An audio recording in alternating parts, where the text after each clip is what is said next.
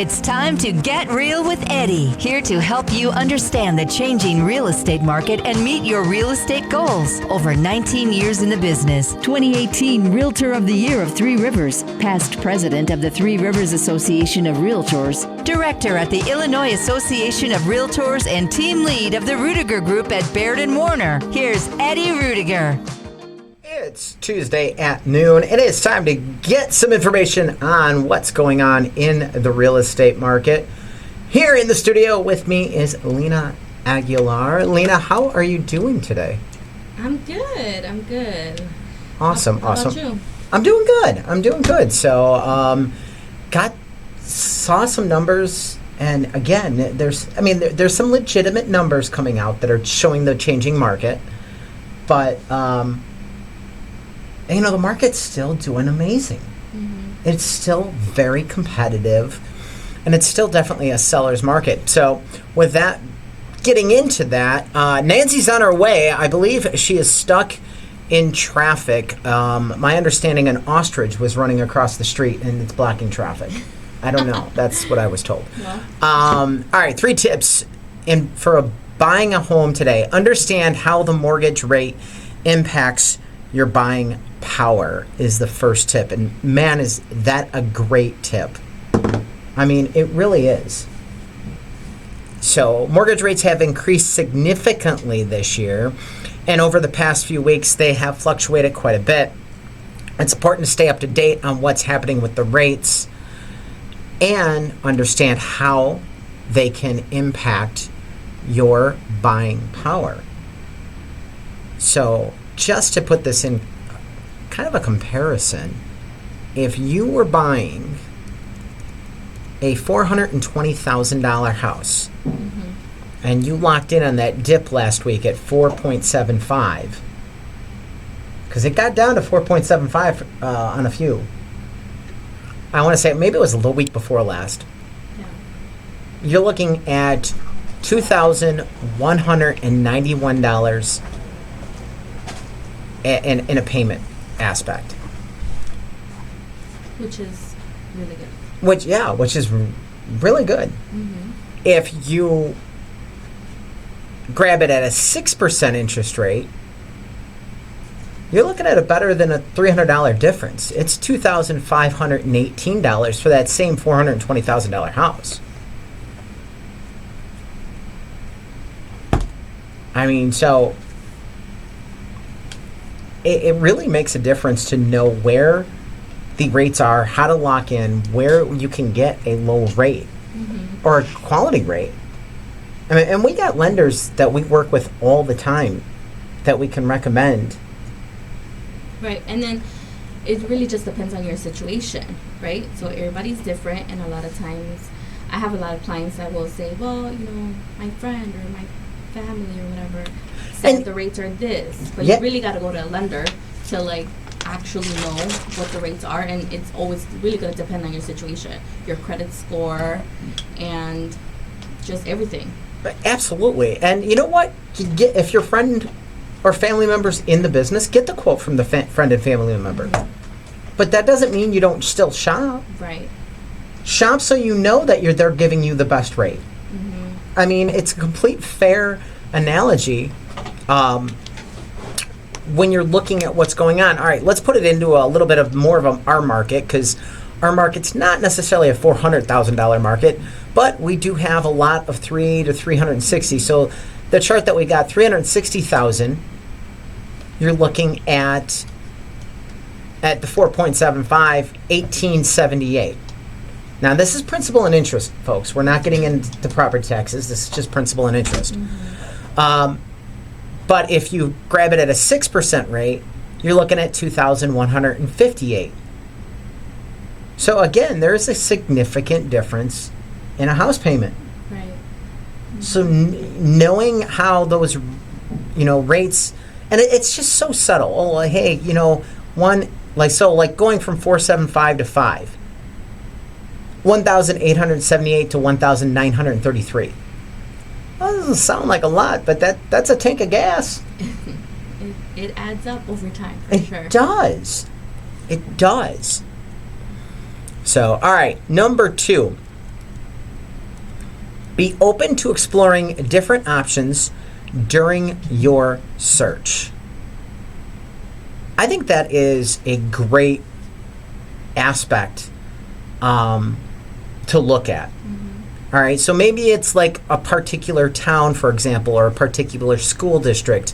You know, you may find out there's a school district. Well, I don't want that school district. Well, why not? Have you gone in? Have you sat down with the principal? Have you sat down with the school? Have you looked at their test scores online? Because there's school ratings all over the online aspects. I mean, it really can make a huge difference and open up options for you that really could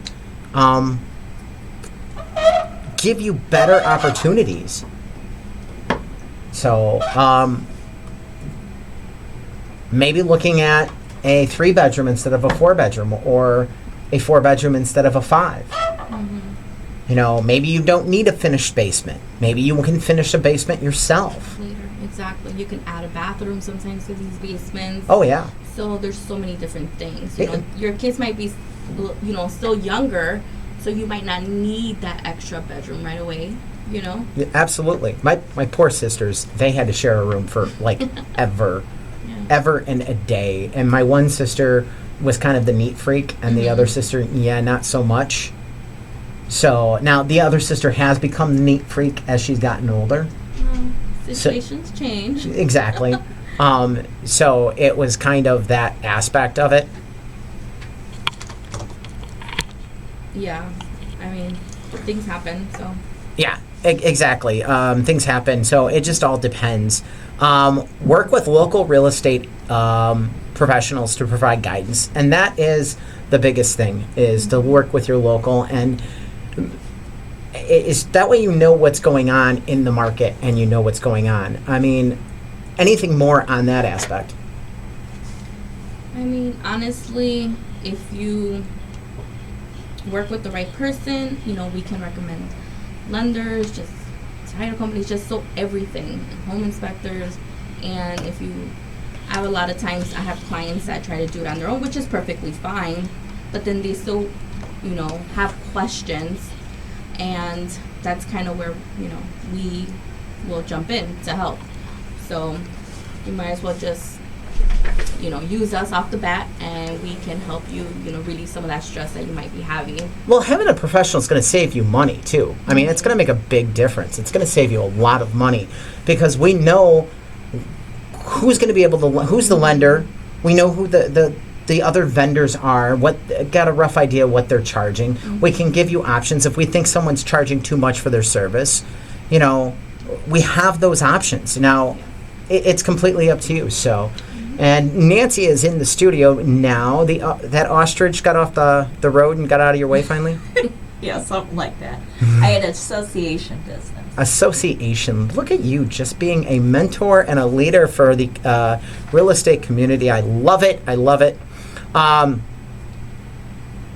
yeah, taking the leap to home ownership can provide a feeling of pride while boosting your long-term financial outlook.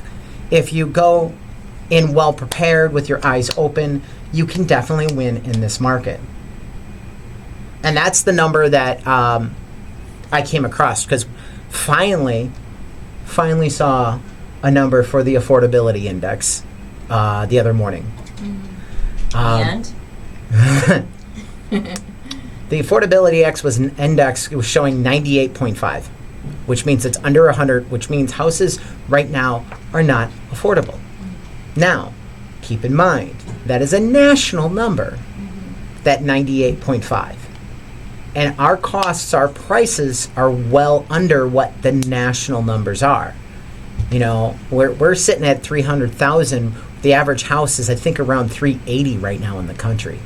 Well, and if you think about, like you said, micro markets, et cetera, yeah. You know, California, Utah, Florida, Texas have had, you know, their numbers really soar up. Yeah. Florida and Texas. Upwards, where we've gone up, but not nearly As much. at the rate. And those, the biggest two is Arizona and California. Yeah. I mean, Arizona and California, $91,000 year over year for Arizona last year, and California was 151, maybe 154,000 increase in price. Well, and they were already having problems like in San Francisco, those kind of places with affordability. Yeah. There's a lot of affordability issues, even in Florida, some of the areas, because people are trying to, with COVID, a lot of people tried to exit cities, bigger cities. Mm-hmm. So that made things well, and let's be honest, bit less if you're going to be locked down in your house, do you want to be locked down in your house where it gets to 32 degrees or negative 32 degrees? Or do you want to get locked down to your house when it's sunny and shiny and it's 60 degrees, 70 degrees, 80 degrees? I mean, right. I'd rather be working from the beach than, in the snow. Exactly. Than the snow. Exactly. Yeah. If you got to stay home someplace pleasant by a beach. Yeah. That's the one thing about Florida. No matter where you're at in the state, you are 60 miles from the ocean. Mm-hmm. Yeah. The maximum is, you're either 60 miles from the ocean or 60 miles from the Gulf. So you are basically 60 miles maximum from salt water. Which is a beautiful thing. Yes. So the U.S. home ownership rate is growing. This is great news. So the desire to own a home is still strong today. In fact, according to the census, the U.S. home ownership rate is on the rise. To illustrate the increase, the graph below shows the home ownership rate over the last year. So in 2021, quarter three, it was 65.4%. It went to 65.5, dropped to 65.4. And now, after the second quarter of 2022, we are at 65.8. It only seems like a little bit going up, but going up 0.3 to 0.8, that's a lot of people now owning houses. When you talk the population of the country is 320 million roughly, maybe 300, I'd say 320, maybe 310. So 310. I think we're on 310, 320. I think we're 320 million. I'm Googling it because I'm the Google queen. You are the Google queen. This is true. So, where am I at? Am I right about there? Mm-hmm. It's thinking. Well, all right. While you're doing that, 332,403,650 people. All right. So I was a little light. We're at 330. I was being a little light. Lawrence Yun, chief economist of the National Association of Realtors. In 1970s, the inflation was running around 10%. Home prices were rising at approximately the same rate. Renters actually have a harder time in inflationary periods because rent tends to rise along with inflation, whereas mortgage payments stay the same for homeowners with a fixed rate mortgage. And this is so true because the costs go up for landlords, and they're not in business to eat those costs. I mean, a lot of landlords aren't necessarily in business to make a profit on the rent. They're looking to make the profit when they sell. But it really makes a difference when you're talking about renting that inflation's going to hit them hard because repair costs are up, taxes are up. I mean, we got a whole whirlwind coming in September when people start seeing their tax bills for next year. I really think we're going to see some major increases. I'm going to be very interested to see how they're going to attack that, because you figure, yes, while appraisal prices have gone up historically, when overall things appraise out higher, then the cap rate goes down. And that's true. Yeah, because they have the adjustable cap rates for each individual. So like the library district, the city district, that. They will turn around and they can adjust their rate based on the amount of money they need. So it kind of works backwards. They actually go submit their budget, turn their budget into the treasurer, and then the treasurer looks at what the amount of money they need, adjusts that rate to fit the people in that district, and then they get their money that way. So you could see some cap rates come down honestly. I don't know how, if home prices have gone up 10%, 15%, historically, like we've been looking at, then those cap rates are going to come down. Maybe. The argument to that, though, is if you've got labor costs have gone up because living expenses are up. You've got also cost, just the general cost. For a city that needs to put in fire hydrants, the cost of metal has gone up. You know what I mean? For a city that needs to put in, streets, asphalt, concrete, those costs are all up. So I don't know if it's going to necessarily get adjusted down. I think it'll adjust. It may not. It'll all go up, obviously. Yeah. Taxes will increase, but I don't know that, because of, like you said, everything that has gone up as well. But I don't see it being the same cap rate. I just want to take back 1 second. So we were talking about that 0.3% of the overall population. I just want to say at 332 million people, that's a lot of people. At 0.3% is 996,000 people gaining housing. That's almost 1 million people. Yeah, that's crazy. That's a crazy number. Yeah, and it sounds so small and insignificant, but really, when you're talking about basically 1 million people, That's a lot. yeah, it's like, whoa. Yeah. Whoa. All right, I'm done now. No, that's Thanks a great for point. clarifying, because that makes so much more sense. So. Yeah, that's an outstanding point. And when you're looking back at the homeowners and the renters aspect of this, the net worth of a homeowner currently is still sitting at $300,000. I mean, we were giving $250,000 earlier. I want to say 6-9 months ago. Now we're sitting at $300,000. Well, a renter is still sitting around $8,000 in their net worth. So, I mean, that's a big difference when you're talking retirement, when you're talking, hey, I want to start my own business. That's an equity pool they can cap. Or, if I want to put somebody through college, these are good reasons to tap into that equity pool. All right. Well, generational wealth, and That's true. That's very true. huge. It is huge. We're going to look at Romeoville really quick here. So new listings in Romeoville are 45. That is still down 23.7%. Under contract is down 18.6% at 35. The closed units is down 36.7% at 38. Median sales price in Romeoville has dropped year over year. We're at $272,250. That is down 1.9%. All right. While last year it was at $277,550. So you're about $2,000-$3,000 cheaper to buy a house right now on the median side. The average sales price is up though 3.8%, and that is at $283,841. So little compare and contrast between the median and the average price. Percentage of original list price received, they are still getting over list price at 101.4%. It is down from the 103.7. Average market time is up to 24 days. Now here's the clickbait. We've talked about it before. 84.6% increase in market time. Do not fall for that, because the market time was so low last year, 13 days to 24 days. 24 days is still a seller's market. Inventory of homes for sale at the end of the month, and this is the big number that we like to watch, for July, there was 31 homes available to buy on single family. Last year there was 38, so it's down 18.4%. Jumping over to the attached really quick, you're looking at an average sales, or median sales price of $245,000 even. That is up 16.7%.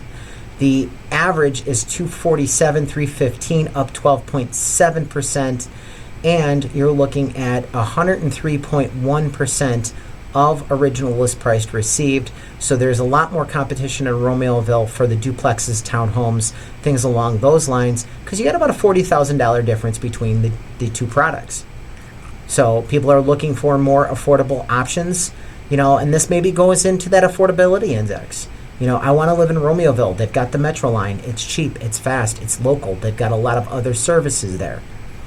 So I will take that. The average market time was 10 days on attached housing, and there was 23 units left. at the end of the month on attached units. So overall, good numbers still for Romeoville. Any thoughts on that median sales price dropping down?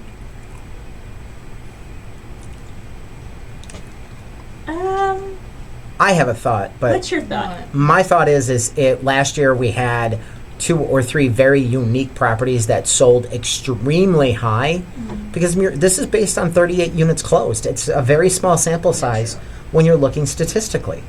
I mean, it is an extremely small sample size statistically. All right, we'll keep it right here. After the break, we're going to talk about planning to retire. Your equity can help you reach your goals.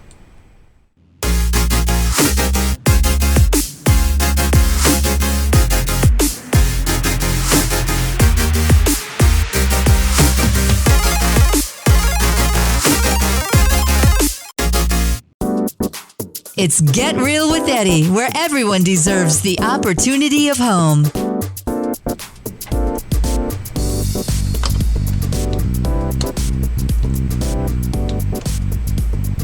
Welcome back to Get Real with Eddie. Hey, if you got questions on the market, give Nancy a call. She'll be able to help you out. Nancy, what's the best number to reach you at? My phone number, 815-545-1162. Oh, it's one more time. 815-545-1162. 1162. All right, so research from Retirement Industry Trust Association shows 10,000 baby boomers reach the typical retirement age, 65, every day, and only 47% of the people in that generation have already retired. You're technically retired, right? Or no? Well, I'm technically not 65. I'm only 60, but Yeah, but you've retired from your first job. I retired from my second job, yes. That was your second job? Yeah, I was a graphic designer. Oh, but yeah, you didn't retire out of that industry. I didn't retire out of that. You ran. moved on. Yeah, you ran for the hills. Yeah, pretty much. However, but yes, I did retire from 911. I have to give you credit. Being a graphic designer, you have done amazing stuff for the team and amazing stuff for your clients, because it's now a hidden passion that you can come back and you've tapped into, and I've seen you use it. So it's a pretty cool thing. Yeah, absolutely. It is kind of fun. Yeah. So I miss it. Like you like the DJ thing, I like the graphic design. I do have a thing for the DJing. I have to be honest. It just being out there and talking on a microphone in front of people. Yep, no fears. No fears whatsoever. So, a homeowner who purchases a typical home 5 years ago would have gained $125,300 from just price appreciation loan, according to the National Association of Realtors. $125,300. You can start a business. That's a college education. Oh, yeah. I mean, we're going $25,000 a year now on college. Yes. Oh, at least. Yeah. Depending on where you're going to school. You're getting kind of close, That's kind of a cheap right? school at $25,000. You got kids in high school now. Well, my Oh, daughter. you got one in college. Yeah, she freshman. She's a freshman in college She this year? starts on Monday. Oh my God, I'm So, getting yeah, old. That number really hit me. For sure. Where's she That's rolling at like 40. I mean, It's crazy. to go to school, some of the universities in our area, it's like $40,000 a year. Pretty expensive. Oh yeah. St. Francis, I think Yeah. it was $20,000 when I went, and I think it's doubled that now. Well, I was going to say, Chloe graduated not that long ago, and it was 40. about 40. Yeah. Thank God for those scholarships. Now, And then where's Lewis- your daughter looking at? She's going to Aurora University. Where? Um, Aurora. Yes. Oh, okay. Sorry, All I said right. it in kind of Spanish mode. You also said it as soft, that your voice just does not carry. Your microphone, I have to crank all the way out because your voice is just so soft. So it was more of I didn't hear that all those years of okay. DJing didn't kick in, or did kick in, and I'm half deaf, one of the two. So, this is just a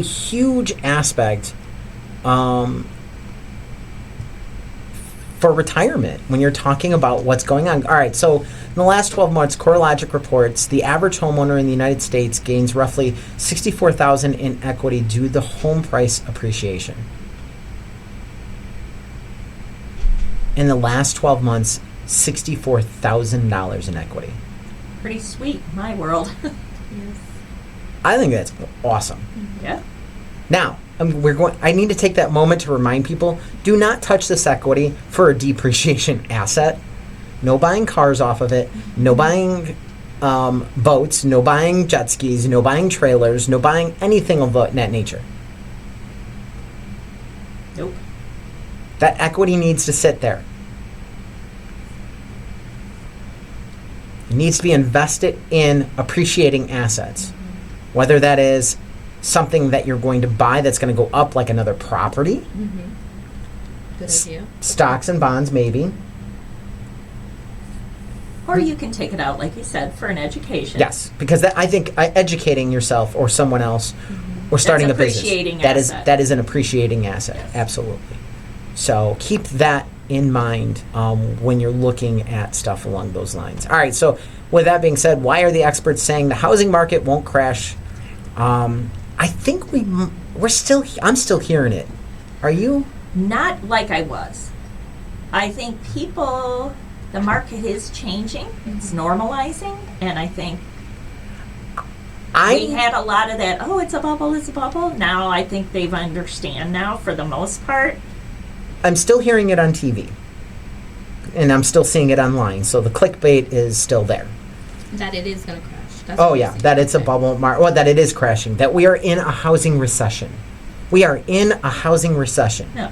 And one of the biggest reasons why we're in a housing recession is building permits have dropped. So they're down to like 1.5 million, I think we gave, from 1.7. But they're still way over 1 million units a year. So we're on track to build more houses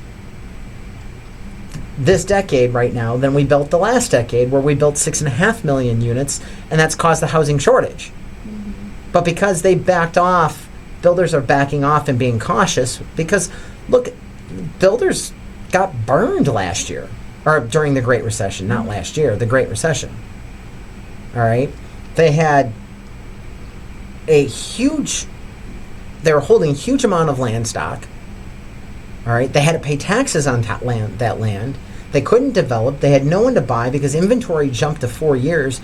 We just read Romeoville's inventory's, 24 days? Yeah. Yeah. There is no recession here, folks. There isn't a housing recession. There is no housing bubble. There's no.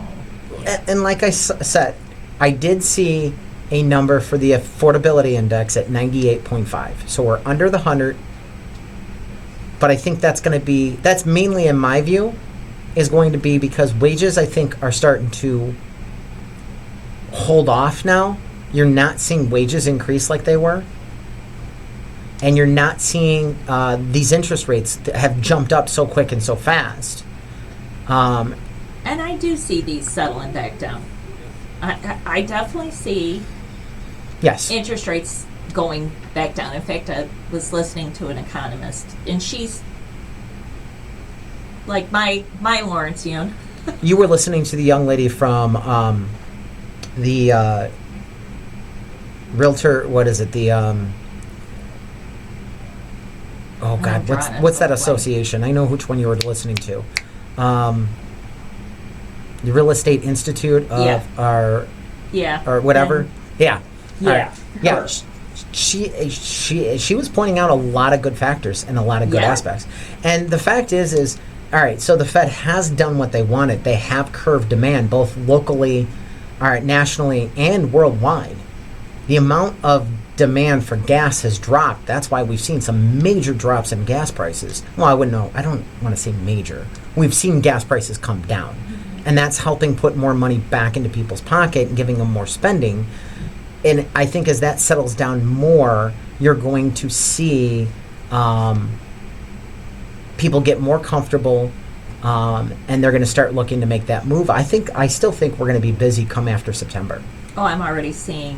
I am too. I'm totally seeing it. Yeah. Already. I'm completely am too. I've got a new listing coming next week. You've got a new listing coming?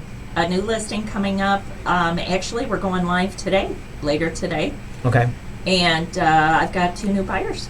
So we're chugging along. I had someone call me that's looking to get back in the market that sold, and they're looking to step back in, and they're checking their numbers and getting all that done. So, yeah, it's just not a crash. All right, so many people remember the 2008 crash, and here's the reason why. There isn't an oversupply of houses. Experts don't believe the market is in a bubble or a crash is in the cards. The nation is still suffering from a housing shortage that has reached crisis proportions at a time when many millennials are reaching the age when they start to consider home ownership. Well, we just covered that. That was Claire Traspazzo, Deputy News Editor. Trapasso. Deputy News Editor, Realtor.com. All right. Lending standards are tighter today. This is so true. Among the difference between today's housing market and that of '08 housing crash is the lending standards are tighter due to lessons learned and new regulations enhanced after the last crisis.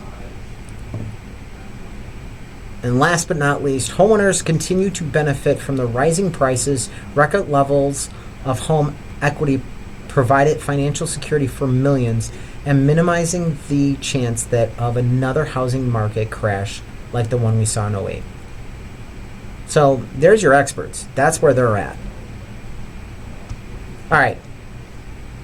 We have Coyote Ridge on the market. This is, I think, a great deal. They are at $340,000 for a 5-bedroom, 2.5 bath with a 2-car garage. This is a 2-story home. Nancy, tell me a little more that I'm missing on this one. 2,564 square feet. That's huge. That's not really counting the size. basement, too, and it's a full basement. Full basement, unfinished, but full basement, it does have a bath rough-in down there, so if you want to finish it off, when you're ready, go ahead and finish it off. You'll have that We talked about that earlier. bath. Right. Adjust your search. Oh, I want a basement with a bath. This has got the rough-in, It all right? has an option already. Yeah, it has that option. So if you're not finding anything, because something with a finished basement, you're going to be at $400,000. Maybe $450,000 in this area. This is all Plainfield School District, This too. is Plainfield Schools. Yeah. It's got a beautiful backyard with a garden and a fire pit area, a beautiful deck. The Perfect garden. for entertaining. I've seen pictures of the garden. The garden is amazing. They really have gone she out. loves to garden. Yeah. So it's really, really nice. They have, the other thing that's super cool about this house, all the second-story bedrooms have walk-in closets. That's awesome. Awesome. All right. What's the address again? It's 1602 Coyote Ridge Drive in Plainfield. And what's the best number to reach you at if they have questions? 815-545-1162. All right. When we get back from the break, we're going to talk about why a home inspection is important. Keep it here with Get Real with Eddie.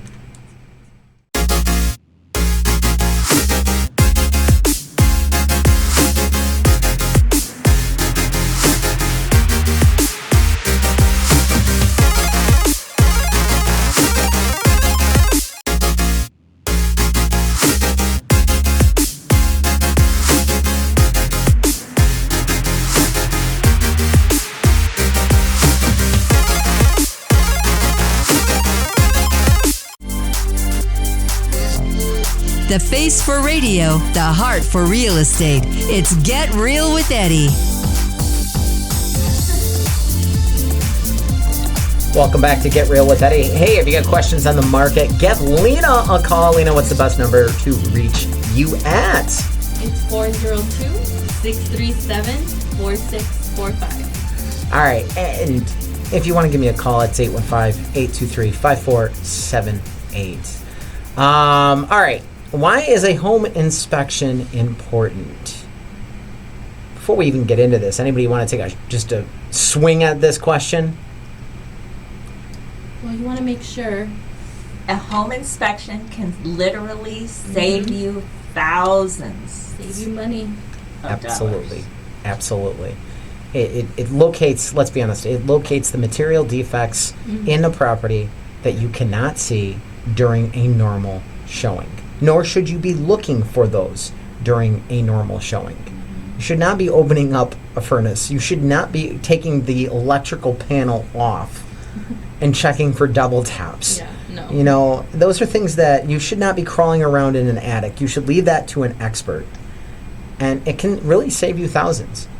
So, I mean, walking the roof, well, you shouldn't even be doing that. I'm not saying you should do that, but walking the roof is one thing. You can see some shingles missing, but that doesn't tell you if there's a roof leak. You got to get in the attic to see if there's a roof leak. It's that simple. So, diving into this,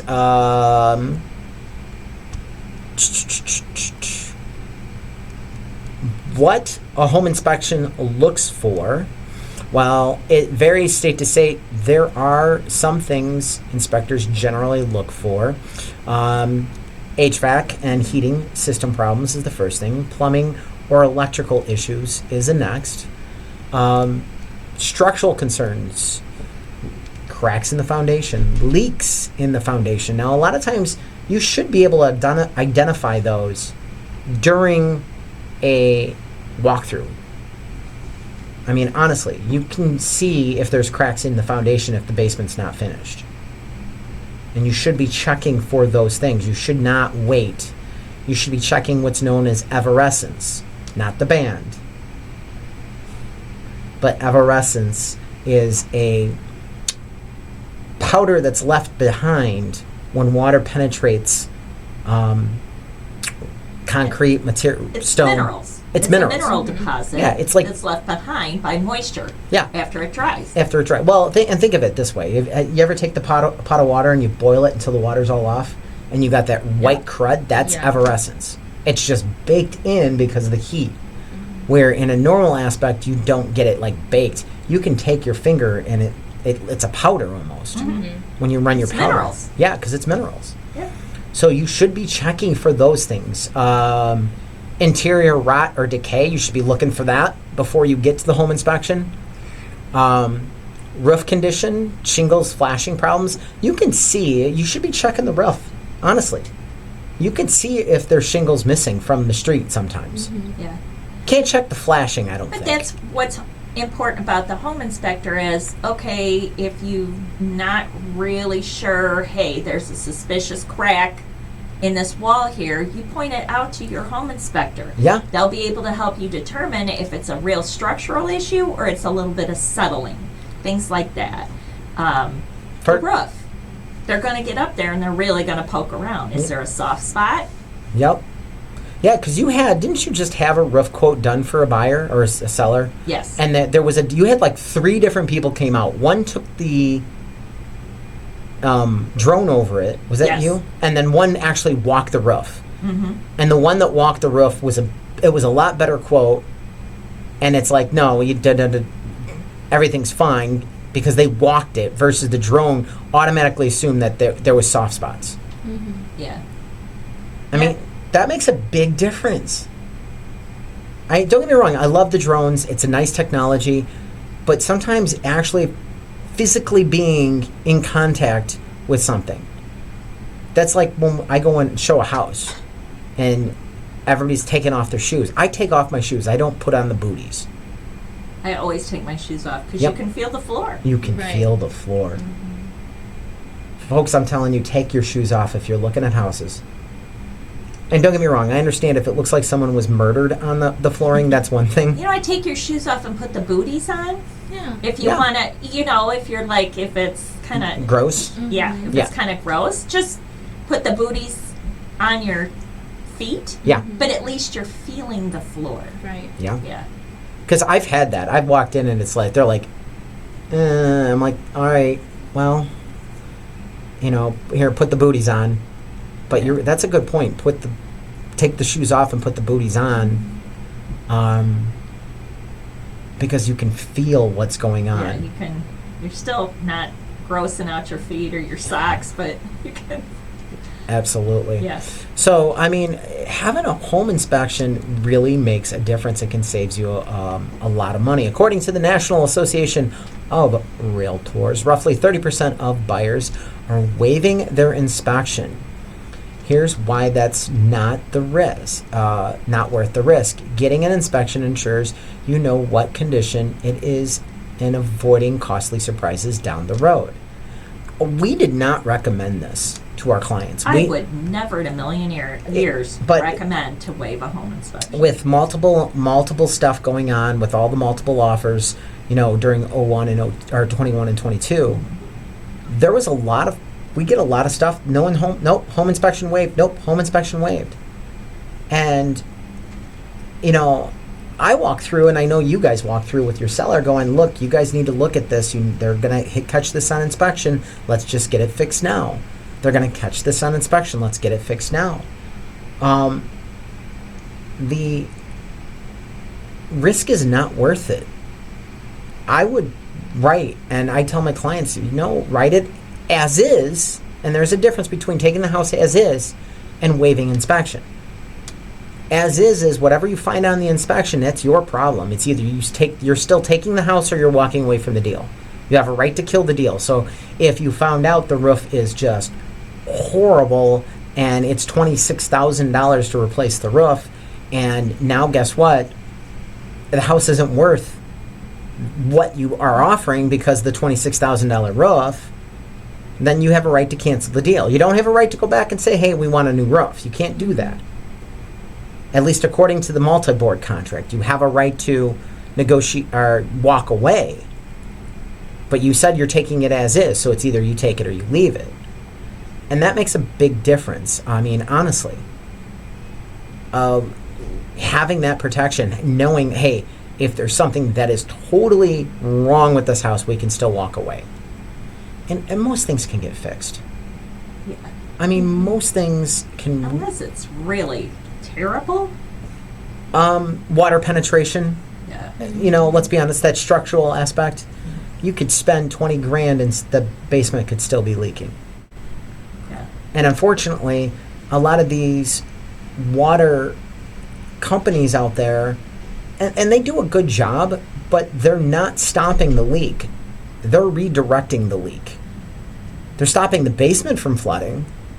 Yes. But it's still coming through your foundational wall in some cases, running to a track, running into a sump pump, and getting kicked out of the basement. Okay, well, how much water is coming through, is that going to keep increasing? And every time it comes through, going back to that everescence, it's pulling just a little bit more wall, a little bit more of those minerals with it. Well, and it eventually, water is the worst thing that can happen to a house. Yep. Mm-hmm. So, Yep. over time, just like the Colorado River, water goes through it and it changes paths, it moves mountains, it'll move your house too, so. Yeah, absolutely. It absolutely does change paths and moves mountains. So, really be careful when you're coming across water issues. I mean, really want to get not just one quote, two quotes. Make sure you're okay with what decisions and how they're looking to fix those items, because that's the one thing. That and structural. You got even structural issues can be fixed. It's the foundation, though. Oh yeah, with enough money, anything can be fixed. You just have to decide, is it worth it? Right. And how terrible the problem is. Yeah, absolutely. So,